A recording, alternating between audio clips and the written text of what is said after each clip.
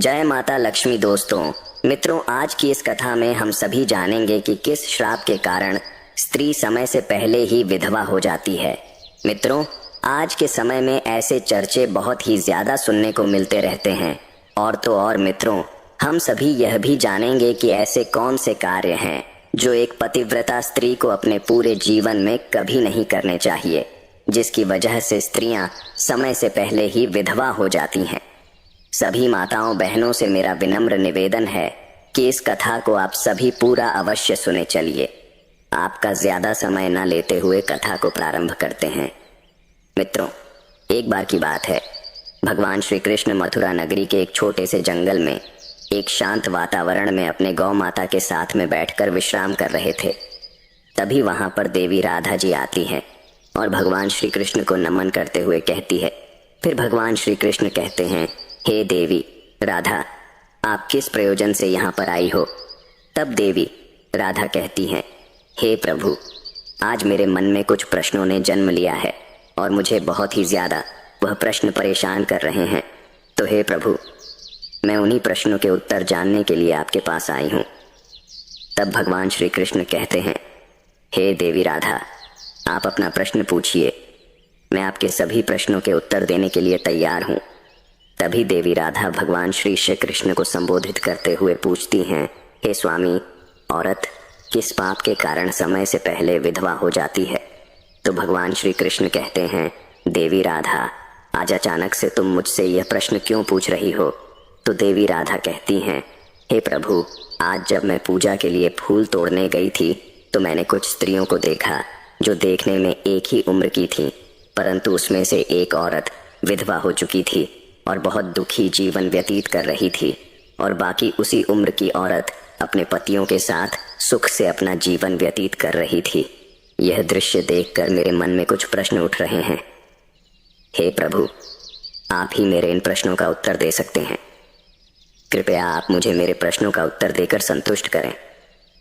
इस प्रकार देवी राधा की बात को सुनकर भगवान श्री कृष्ण कहते हैं, हे देवी राधा, तुम्हारे मन में जो भी प्रश्न उठ रहे हैं निसंकोच होकर पूछो, मैं तुम्हें तुम्हारे प्रश्नों के उत्तर अवश्य दूंगा। फिर देवी राधा कहती हैं, हे प्रभु, मेरा पहला प्रश्न है, कौन सी स्त्री समय से पहले विधवा हो जाती है और सारी उम्र दुखी जीवन व्यतीत करती है? और मेरा दूसरा प्रश्न है, कौन सी स्त्री को जीवन में कभी सुख शांति नहीं मिलती है? और मेरा तीसरा और अंतिम प्रश्न है, वह कौन सी चीज है जो एक पत्नी अपने पति के मांगने पर भी पति को नहीं देती है? इस तरह देवी राधा के तीनों प्रश्नों को सुनकर भगवान श्री कृष्ण कहते हैं, हे देवी राधा, तुम जिन स्त्रियों की बात कर रही हो उनमें से एक स्त्री समय से पहले ही विधवा होकर अपना दुखी जीवन व्यतीत कर रही है, और वहीं पर अन्य स्त्रियां सुहागन हैं और अपने पति के साथ खुश होकर सुखी जीवन व्यतीत कर रही हैं। तुम जानना चाहती हो आखिर ऐसा क्यों है? तो देवी सुनो, मैं तुम्हें इन सभी प्रश्नों का उत्तर एक कथा के माध्यम से देना चाहता। इस कथा को बहुत ही ध्यान से सुनना, क्योंकि आधी अधूरी कथा सुनने वालों को आधा अधूरा ही ज्ञान प्राप्त होता है जो जीवन में कभी काम नहीं आता। और यदि तुमने ध्यान से इस पावन कथा सुना तो तुम्हारे तीनों प्रश्नों के उत्तर इस कथा को सुनने के बाद तुम्हें मिल जाएंगे। फिर देवी राधा जी भगवान श्री कृष्ण से कहती हैं, हे स्वामी, मैं आपको वचन देती हूँ कि मैं इस कथा को पूरा सुनूंगी और पूरे संसार की समस्त यों तक इस कथा को आपके माध्यम से पहुंचा हंगी भगवान। श्री कृष्ण देवी राधा की यह बात सुनकर भगवान श्री कृष्ण जी कहते हैं, हे देवी राधा, सबसे पहले मैं तुम्हें उस स्त्री की कहानी सुनाना चाहता हूँ। तो मित्रों, आप भी उस कहानी को ध्यानपूर्वक सुनना। और मित्रों, अभी तक आप लोगों ने वीडियो को लाइक नहीं किया है तो वीडियो को लाइक कर दीजिए और साथ ही चैनल को सब्सक्राइब करके बेल नोटिफिकेशन को ऑल पर सेलेक्ट कर दीजिए, क्योंकि हमारी कोई भी वीडियो आए तो उसकी नोटिफिकेशन सबसे पहले आप सभी लोगों तक पहुंच सके। और मित्रों, कमेंट बॉक्स में जाकर जय मां लक्ष्मी जरूर कमेंट कर। तो मित्रों, आगे भगवान श्री कृष्ण कहते हैं, हे देवी, नौकर की पत्नी जो सुहागन बनकर सुखी जीवन जी रही है, और जिस सुहागन स्त्री की तुम बात कर रही हो वह स्त्री और कोई नहीं बल्कि राजा भीमराज के नौकर की पत्नी है। और वह स्त्री जिस नौकर की पत्नी है उस नौकर को अपनी पत्नी पर पूरा विश्वास है कि मेरी पत्नी एक चरित्रवान और पतिव्रता स्त्री है, जिसकी प्रशंसा वह नगर में सबसे करता है और अपने साथियों से अपनी पत्नी के गुणगान किया करता है। फिर भगवान श्री कृष्ण देवी राधा से कहते हैं कि हे देवी, उस नौकर की पत्नी की चर्चा समस्त नगर में होने लगी। धीरे धीरे फैलते हुए यह बात राजा के दरबार में पहुंच गई और यह बात सुनकर राजा ने अपने नौकर को बुलाया और उस नौकर से राजा कहने लगे कि तुम हर किसी से कहते हो कि तुम्हारी पत्नी एक चरित्रवान और पतिव्रता स्त्री है। क्या वास्तव में तुम्हारी पत्नी एक चरित्रवान और पति स्त्री है? और क्या तुमको पूरा विश्वास है कि तुम्हारी पत्नी एक पवित्र स्त्री है और तुम्हारे अलावा पराये मर्द को आंख उठाकर भी नहीं देखती? क्या इस बात का कोई सबूत तुम्हारे पास है? राजा की इस बात को सुनकर नौकर कहने लगा, महाराज, मुझे अपनी धर्मपत्नी पर पूरा विश्वास है कि वह एक पतिव्रता स्त्री है और मेरे अलावा वह पराये मर्दों को नहीं देखती। नौकर की इस बात को सुनकर राजा के एक मंत्री ने कहा, मैं क्षमा चाहता हूं महाराज, ऐसा कैसे हो सकता है कि एक स्त्री किसी अन्य पुरुष को ना देखे? ऐसा तो असंभव है। फिर मंत्री ने राजा से कहा, महाराज, यदि मैं इस नौकर की बात गलत साबित कर दूं और इसकी पत्नी का पतिव्रता धर्म नष्ट कर दूं तो इसे क्या सजा मिलेगी? फिर नौकर ने कहा, महाराज, यदि महामंत्री जी मेरी पत्नी का पतिव्रता धर्म नष्ट कर देते हैं तो आप मुझे फांसी की सजा दे देना, और यदि महामंत्री जी मेरी पत्नी का पतिव्रता धर्म खंडित नहीं कर पाए तो इनको भी कुछ सजा मिलनी चाहिए। नौकर की यह बात सुनकर राजा ने कहा कि मंत्री को भी फांसी की सजा दी जाएगी। मंत्री ने यह बात स्वीकार कर ली और नौकर से पूछा कि मैं तुम्हारी पत्नी से क्या वस्तु लाऊं जिससे तू मान ले कि मैंने तेरी पत्नी का पति धर्म खंडित कर दिया। तो नौकर ने कहा, महामंत्री जी, आप मेरी पत्नी से मेरे विवाह के समय पर दहेज में मुझे एक मटका और एक कतार मिली थी, और ये दोनों चीजें मेरी पत्नी ने बहुत ही संभाल कर रखी हैं, क्योंकि यह दोनों चीजें एक पतिव्रता स्त्री के लिए सुहाग की निशानी है। यदि तुम यह दोनों चीजें मेरी पत्नी से लाकर मुझे दिखा दोगे तो मैं मान जाऊंगा कि मेरी पत्नी का पतिव्रता धर्म महामंत्री जी आपने नष्ट कर दिया है।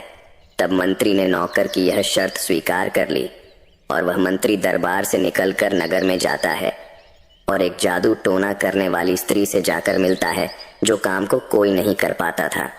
वह काम वह जादू टोना करने वाली स्त्री कर देती थी। फिर मंत्री ने उस स्त्री को सारी बात बताई और कहा, तू कैसे भी करके उस नौकर की पत्नी से मेरा संबंध बनवा दे। इसके बदले तुझे जितना धन चाहिए मैं उतना धन देने को तैयार हूं।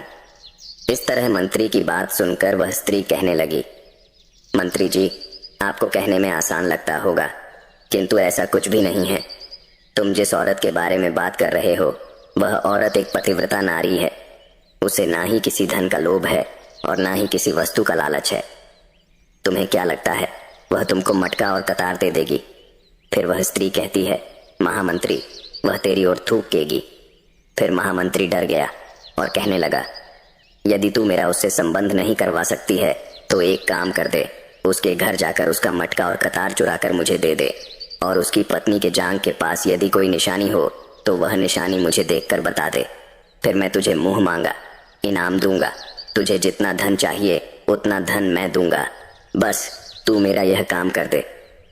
मंत्री की यह बात सुनकर उस जादू टोना करने वाली स्त्री के मन में धन का लालच आ गया और उसने कहा, ठीक है, मैं तुम्हारा काम अवश्य करूंगी, लेकिन मुझे मुंह मांगा धन देना पड़ेगा। मंत्री ने कहा, ठीक है।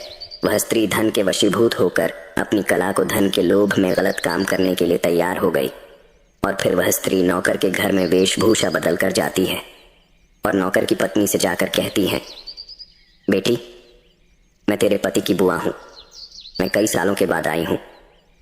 फिर उस नौकर की पत्नी ने कहा, आप इतने सालों बाद आई हैं, इसीलिए मैंने आपको पहले कभी देखा नहीं, इसलिए मैं आपको पहचान नहीं पाई। और इस प्रकार वह स्त्री उस नौकर के घर में बुआ बनकर रहने लगी। नौकर की पत्नी ने उस स्त्री को बुआ समझकर बहुत आदर सम्मान दिया, मगर उसे यह नहीं पता था कि इस जादू टोना करने वाली स्त्री को मंत्री ने उसके साथ छल करने के लिए और उसका पतिव्रता धर्म नष्ट करने के लिए भेजा है। अब वह स्त्री नौकर के घर में मजे से रहने लगी और नौकर की पत्नी के ऊपर झूठा प्यार लुटाने लगी। एक दिन नौकर की पत्नी स्नान करने के लिए स्नान गृह में गई। फिर उसके थोड़ी देर बाद ही वह स्त्री भी नौकर की पत्नी के पास जाकर उसकी कमर रगड़ने लगी। उस पतिव्रता औरत ने बहुत मना किया, फिर भी वह स्त्री नहीं मानी और कहने लगी, तुम मुझे अपनी बेटी से भी ज्यादा प्यारी लगती हो, तो मना मत करो। काफी दिनों के बाद में मेरी और तुम्हारी मुलाकात पहली बार हुई है। और ऐसा कहकर वह स्त्री उसे बातों के माया जाल में उलझाने लगी और फिर मौका देखते ही उसने उस पतिव्रता के पास में जा, पर एक तिल था जो उस जादू टोना करने वाली स्त्री ने देख लिया और उसका काम बन गया।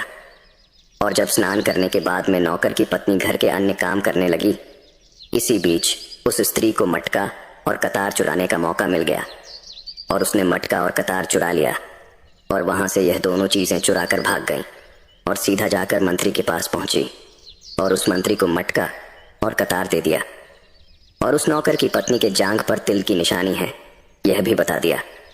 और मंत्री मटका और कतार लेकर सीधा राजा के दरबार में जा पहुंचा और राजा से कहा, महाराज, मैं नौकर की पत्नी के साथ 2 दिन रहकर आया हूं और यह मटका और कतार उसी ने मुझे दिया है। इस तरह मंत्री की यह बात सुनकर राजा ने तुरंत दरबार लगाया और नौकर को बुलाया। फिर मंत्री ने दरबार में मटका और कतार नौकर को दिखाते हुए कहा, महाराज, मैंने नौकर की शर्त पूरी की और भरे दरबार में यह भी कहा कि नौकर के पत्नी की जांघ पर तिल है। यह भी बात सुनकर नौकर मान गया कि वास्तव में आज मेरी पत्नी ने अपना पतिव्रता धर्म पूरी तरह से नष्ट कर लिया है। अब नौकर का अपनी पत्नी से विश्वास उठ गया। फिर राजा ने शर्त के मुताबिक नौकर को फांसी की सजा सुनाई और 21 दिन बाद फांसी देने का आदेश दिया और कहा कि नौकर को 21 दिन के बाद फांसी पर चढ़ाया जाएगा। अब नौकर की मृत्यु के दिन समीप आने लगे। अंततः वह दिन आ ही गया जिस दिन उसे फांसी देना था। जब उसे फांसी के फंदे के पास लाया गया तो उस नौकर से उसकी अंतिम इच्छा पूछी गई। फिर नौकर ने कहा कि महाराज, मेरी अंतिम इच्छा यह है कि मैं आखिरी बार अपनी पत्नी से मिलना चाहता हूँ। और इस तरह राजा ने नौकर को आज्ञा दी कि तुम अपनी पत्नी से मिल सकते हो। फिर नौकर कुछ दिन की इजाजत लेकर अपने घर गया और अपनी पत्नी कहने लगा कि तुमने मेरे साथ बहुत बड़ा विश्वासघात किया, छल किया है। मैंने तुम पर विश्वास करके राजा के सामने मंत्री से ऐसी शर्त लगाई थी और राजा के दरबार में मैंने कहा था कि मेरी पत्नी एक चरित्रवान और पतिव्रता स्त्री है और उसके पतिव्रता धर्म को कोई नष्ट नहीं कर सकता। यदि कोई नष्ट कर देगा तो मुझे फांसी लगा देना। और तुमने पतिव्रता धर्म नष्ट कर दिया। अब मुझे कुछ दिन के बाद में फांसी दे दी जाएगी। तुमने मेरे साथ विश्वासघात किया है। मैंने तुम पर विश्वास करके तुम्हें घर पर अकेला छोड़ के गया था। नौकर की यह बात सुनकर उसकी पत्नी ने उसे उस स्त्री की बात बताई जो उसके पति की बुआ बनकर उसके घर पर आई थी। मगर नौकर को अपनी पत्नी की बातों पर बिल्कुल भी विश्वास नहीं हुआ और नौकर राजा के दरबार में पहुंच गया। फिर राजा किसी कारणवश उस नौकर की फांसी की सजा कुछ दिन के लिए टाल दिया और उसे कैद में डलवा दिया। नौकर की पत्नी अपने पति को निर्दोष साबित करने के लिए राज दरबार में गणिका अर्थात नाचने गाने वाली औरत की वेशभूषा धारण करके पहुंच जाती है और राजा से उसके सम्मुख अपना नृत्य दिखाने की आज्ञा मांगने लगी। राजा ने स्त्री की सुंदरता देखकर नाचने की आज्ञा दे दी। फिर महल के नौकरों ने उसके नृत्य के लिए व्यवस्था की। फिर उस नौकर की पतिव्रता पत्नी ने जब नाचना शुरू किया तो उसका नाच देखकर राजा बहुत मोहित हुए और फिर राजा ने कहा, मैं तुम्हारे नृत्य से बहुत प्रसन्न हुआ, मांगो, तुम जो भी मांगो मैं तुम्हें दूंगा। फिर उस नौकर की पत्नी ने कहा, महाराज, आपकी सभा में एक चोर है जिसने मेरी सोने की अंगूठी चुराई है और उसे फांसी की सजा दे दीजिए। यह बात सुनकर राजा ने कहा, ठीक है, बताओ मेरे दरबार में तुम्हारा चोर कौन है, मैं उसको फांसी की सजा जरूर दूंगा। और फिर उस नौकर की पतिव्रता स्त्री ने कहा, महाराज, और कोई नहीं, आपके मंत्री ने ही मेरी अंगूठी चुराई है, आप इनको फांसी की ऐस। जैसे ही मंत्री ने सुना कि यह स्त्री मुझे चोर बता रही है तो तुरंत मंत्री कहने लगा, महाराज, मैं शपथ खाकर कहता हूं कि मैंने इसकी अंगूठी नहीं चुराई है और मैंने इसे आज तक कभी देखा ही नहीं है, तो मैं इसकी अंगूठी कैसे चोरी कर सकता हूं। मैंने आज तक इसकी शक्ल ही नहीं देखी है, आज पहली बार मैं इसकी शक्ल देख रहा हूं। जैसे ही मंत्री ने कहा कि मैंने इस स्त्री की आज तक शक्ल ही नहीं देखी है तो वह पतिव्रता औरत अपने वास्तविक वेशभूषा में आ गई और कहने लगी, महाराज, इस मंत्री ने मुझे पहले कभी देखा ही नहीं, तो आप इससे यह पूछो कि यह मटका और कतार कहाँ से लाया है। और मैं उसी नौकर की पत्नी हूँ जो आपके यहाँ पर नौकरी करता है, और आप मेरे निर्दोष पति को फांसी पर चढ़ाने वाले हैं। इसीलिए मुझे यहाँ इस गणिका की वेशभूषा में आपके दरबार में आना पड़ा। मैं आपको इस मंत्री की पूरी सच्चाई सुनाती हूँ। यह जो आपका मंत्री है, इसने मेरे पास में एक जादू टोना करने वाली स्त्री को मेरे पति की बुआ बनाकर भेजा था, और उसने धोखे से मेरी जांघ के तिल का पता लगाया, और उसी स्त्री ने यह मटका और कतार चुरा कर इसको दे दिया, और आपके मंत्री ने इसके बदले उसको बहुत सारा धन दिया है, और मेरे साथ यही छल हुआ है महाराज। और मैं आज भी पतिव्रता हूँ। स्त्री की इस बात को सुनकर राजा ने उस स्त्री को बुलाया। फिर उस स्त्री ने राजा के डर से मंत्री की सारी सच्चाई राजा को बता दी, जिससे ने उस नौकर को अपनी कैद से रिहा कर दिया और उसकी जगह मंत्री को फांसी पर चढ़ा दिया। और कथा को आगे बताते हुए भगवान श्री कृष्ण और उनको हमेशा नाम से ही बुलाती हैं। वे स्त्रियां समय से पहले ही विधवा हो जाती हैं और बिना पति के दुखी जीवन व्यतीत करती हैं, क्योंकि यदि कोई स्त्री अपने पति का नाम मुंह से लेती है तो पति की उम्र कम हो जाती है और समय से पहले ही उस स्त्री के पति की मृत्यु हो जाती है, और स्त्री समय से पहले ही विधवा होकर एक दुखी जीवन जीती है। बस यही कारण है कि तुम जिन स्त्रियों की बातें कर रही थीं, उनमें से एक विधवा इसी कारण से हुई है, और उनमें से एक नौकर की पत्नी थी जो पतिव्रता स्त्री थी। यह स्त्री कभी भी अपने पति का नाम मुंह से नहीं लेती थी, जिसके कारण वह आज भी सुहागन है और सुखी जीवन व्यतीत कर रही है। और वह स्त्री जो समय से पहले विधवा होकर दुखी जीवन जी रही है, वह हमेशा अपने पति को नाम लेकर बुलाती रहती थी, जिसके कारण उनके पति की उम्र कम होती चली गई और फिर उसके पति की मृत्यु समय से पहले ही हो गई। आज वह औरत दुखी जीवन जी रही है, इसलिए किसी भी स्त्री को अपने पति का नाम अपने मुंह से नहीं लेना चाहिए। और तुम्हारा दूसरा प्रश्न था, कौन सी स्त्री को जीवन में कभी सुख नहीं मिलता है और वह पति के होते हुए भी सदा दुखी जीवन जीती है। तो समझ लो, जो स्त्रियां अपने पति की बिना अनुलिए कहीं भी चल देती हैं, वे कभी सुखी जीवन नहीं जी पाती हैं। ऐसी स्त्रियां जीवन भर दुखी ही रहती हैं और उन्हें पति का प्रेम कभी नहीं मिलता। फिर भगवान श्री कृष्ण देवी राधा से कहते हैं, हे राधे, तुम्हारा तीसरा प्रश्न था कि ऐसी कौन सी चीज है जो एक पत्नी अपने पति को मांगने से भी नहीं देती है। तो समझ लो, वह चीज गाली है जो एक संस्कारी और चरित्रवान स्त्री कभी भी अपने पति को नहीं देती है। और जो स्त्रियां अपने पति को गाली देती हैं, वह स्त्रियां कभी चरित्रवान नहीं होती, और ऐसी स्त्रियां जीवन भर दुखी रहती हैं। उसके जीवन में कभी सुख नहीं आता और समय से पहले ही ऐसी स्त्रियां विधवा हो जाती हैं। और इस प्रकार भगवान श्री कृष्ण के मुख से देवी राधा कथा को सुनने के बाद अपने तीनों प्रश्नों का उत्तर पाकर संतुष्ट हो जाती हैं और कहती हैं, क्या प्रभु वास्तव में जो स्त्री चरित्रवान होती है वह कभी दुखी जीवन नहीं जीती है? तो भगवान श्री कृष्ण कहते हैं, नहीं, क्योंकि ऐसे घर में लक्ष्मी का सदा वास होता है और वह घर धन दौलत और खुशियों से हमेशा भरा रहता है, और चरित्रवान स्त्रियां हमेशा घर को स्वर्ग बना देती हैं। फिर देवी राधा भगवान श्री कृष्ण से पूछती हैं, हे प्रभु, जो स्त्री पतिव्रता होते हुए पराए मर्दों से संबंध बनती है, क्या उनके घर में माता लक्ष्मी वास करती है और उस स्त्री के साथ क्या होता है? तब भगवान श्री कृष्ण का कहते हैं, हे राधे, जो भी स्त्री एक पतिव्रता होते हुए भी पराए मर्दों के साथ संबंध बनती है, उस स्त्री के घर में माता लक्ष्मी कभी भी वास नहीं करती है और उसके घर को सदैव के लिए छोड़कर चली जाती है, और उसके घर में भयंकर गरीबी आती है और उनके घर के बच्चे भूखे तड़प तड़प कर मर जाते हैं। आगे भगवान श्री कृष्ण कहते हैं, हे राधे, एक पतिव्रता स्त्री को पराए मर्दों की तरफ कभी भी नजर उठाकर नहीं देखना चाहिए।